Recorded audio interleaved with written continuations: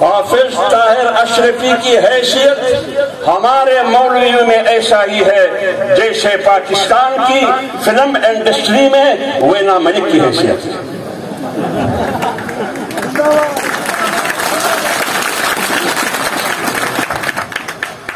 تم نے حافظ اشرفی کو کل نہ پرسوں بولے نے کراچی میں کہا کہ مساجد کو کوئی خطرہ نہیں ہے، مدارس میں کوئی خطرہ نہیں ہے۔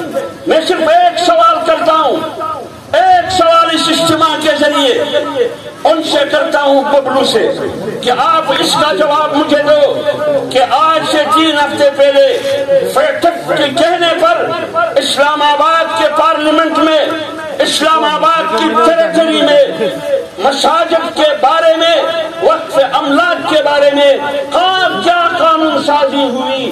کیا اس قانون سازی کے ذریعے مساجد کو سرکار کے کنٹرول میں لیا یا نہیں لیا؟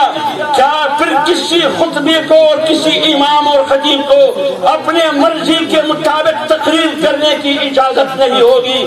جب کمشنر فیصلہ کرے کہ یہ مسجد آپ کا نہیں، آپ حق نہیں رکھتے، وہ قبضے میں لے سکتا ہے، اس کے خلاف آپ کسی عدالت میں اپیل بھی نہیں کر سکتے۔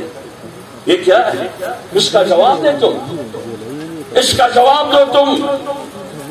اس لیے ہم میدان میں مدینے کی ریاست کی عالم بردار، مدینے کی ریاست کا واویلا کر کے مدینے کی ریاست کے نام اور چہرے کو بدنام اور مسخ کیا جا رہا ہے، لیکن آپ کی زبان سے تمہیں اجازت نہیں دی جائے گی کہ تم اپنے گندے زبان سے مدینے کی ریاست کا چہرہ مسخ کریں۔